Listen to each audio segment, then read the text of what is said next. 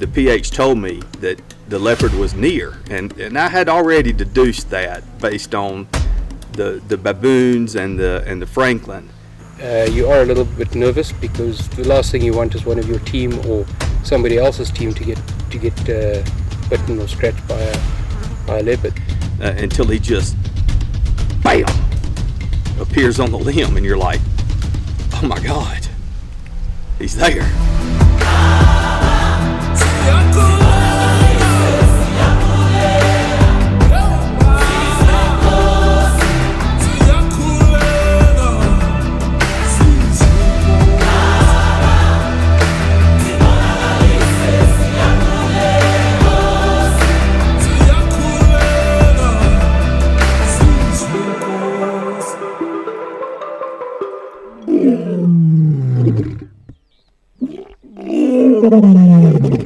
Tinie and I discussed pre-baiting, and we both agreed that was the way to go, because a leopard hunt's 15 days, but I couldn't break away from my job and my family for that long. So Tinie and I worked together, and we came to terms and agreed that I could do a 10-day leopard hunt, and that's what we did, and they pre-baited for me. PH, Tinie Cock, and PH, Brian Van Blurk, they just did a remarkable job. When I got here, there were 6 baits swinging. There was even a blind built. So Tinie and Brian and PH Dean Peel had done all the work. I simply just arrived on the scene.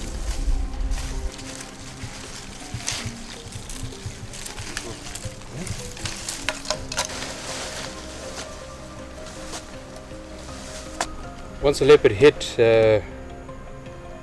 blind was already set up because we kind of knew what we were expecting. One of those 2 branches, so where it's tied to, or the one below it. It's more than likely going to be the one below it. And I think that's like 50 meters. Nice, beautiful shot. Quite nice. That would be nice. Nice setup. Up here, the windows, we're high up. He usually comes in down the river from the left there. So yeah, big old cat this, hope we get him.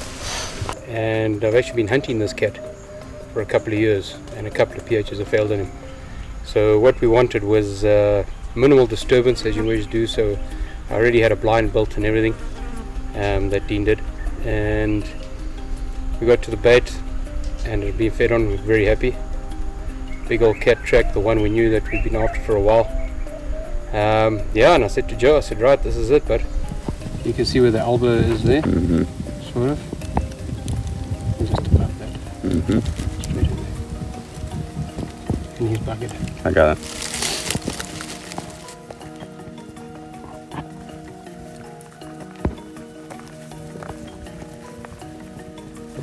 So it's about 3 o'clock, and we're going to sit and hopefully connect before 5.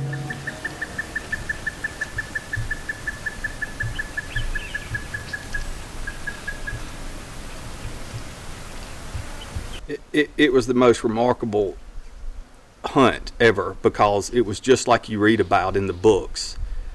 The baboons start cutting up.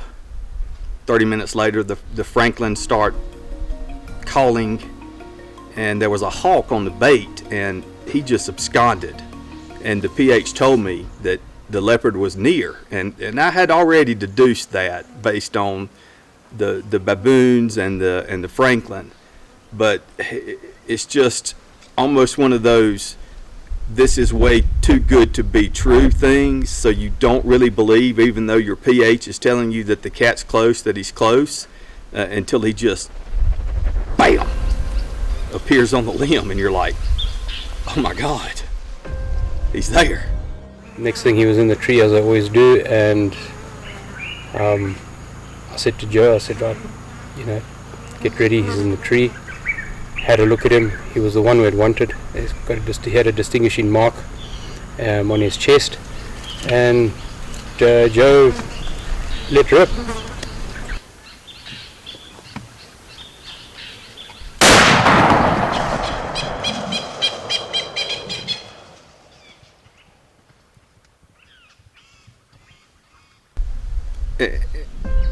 Looking through a rifle scope at a leopard will really humble you. I came back to Zimbabwe way too confident. Everything on my first safari had just gone perfect. I made no mistakes. I could do no wrong. But looking through my scope at that leopard with those yellow eyes, it transformed me into a 13-year-old kid beside my dad in a plywood box, you know, with buck fever. I mean, I cannot explain. I've never had an animal do that to me.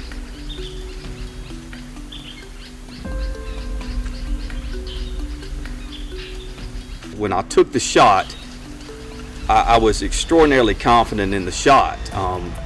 Like I told Tinie afterwards, I'm like, had that been an apple on my little boy's head, I would have shot it. Like, I was that steady, and I just felt really, really, really good after the shot. I was certain the cat was dead.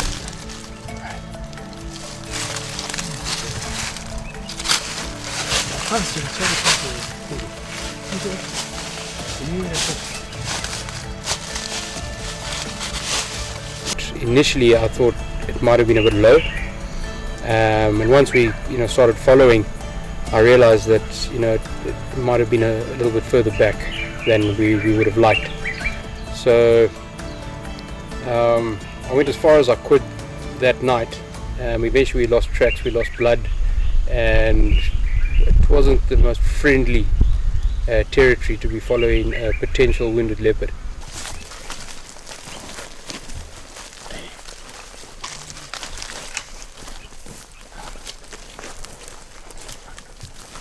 Moving in here. Oh, Brian, no bees up here.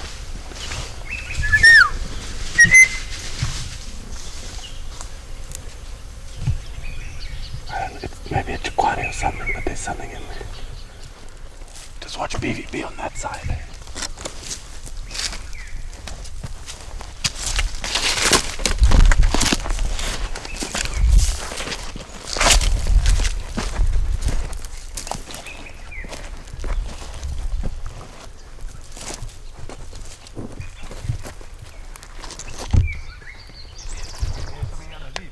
Eh? Yeah.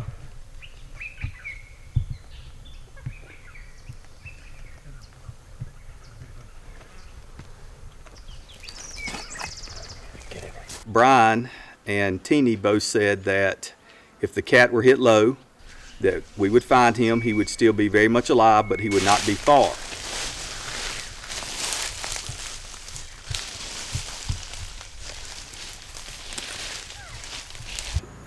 You've got trackers now fanning out, trying to find tracks, etc. You're in long grass. This leopard is potentially wounded. You are a little bit nervous because the last thing you want is one of your team or somebody else's team to get bitten or scratched by a leopard. So everybody moving about, we're all kind of just standing there trying to say to the guys, don't go past us, etc. And eventually one of the guys on one of his 360s whistled and said, there's something over here.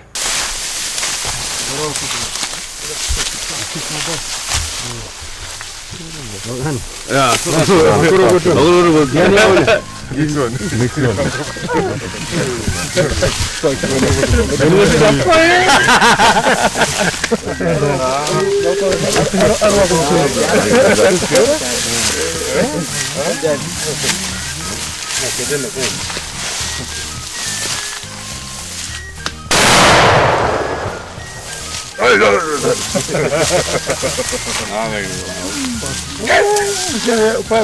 Lit like 5 over.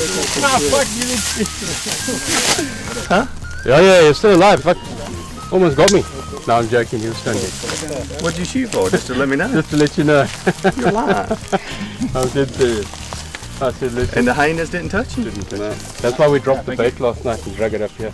But he went. That's with a big. This morning bigger we found four two drip, drops right? of This yeah. one's more dainty. He went about 700 yards down the when river. I find myself shooting this and then one, I don't even use the grip. up like that. And I prayed all night long. Because I don't know. You weren't the only one. This feels weird. Because it's barrel. So you just shot up in there. Right there, I Brian. used to bring my rifle out. Fuck it, I gave the tree one. It was in the way. I heard y'all doing that talk. And I was like... either that's a good sign or that's a bad sign. No, that's You know, either they're talking because I could tell they were laughing. we found it, or they're talking because, you know, the blood petered out. Seeing them carry the cat in 100% perfect, pristine condition with no hair slippage, just a beautiful, beautiful leopard that Tinie put me on the first day, 3 hours into the second day, 3 hours into my first sit. I'll just never forget, like, the elation. Like, I prayed for the perfect outcome, but I never dreamed that it would have been realized. I just really want to thank PH Tinie Cock, PH Brian Van Blerk, PH Dean Peel, and I want to thank Dr. Charles Gordon for lending me PH Dean Peel for the morning. He had to forego a half a morning of hunting. Hunting in Africa is very expensive, and I'll always remember what he did for me and be grateful for that. Will I come back to Zimbabwe again? Yes, I will definitely come back to Zimbabwe again. However, it's probably going to be after I retire. I'm pretty sure my next trip is going to be to either London or Hawaii with the family. In closing, I just really want to thank my wife for raising my 3 wonderful children while I was away, and also my 3 children for coping with my absence.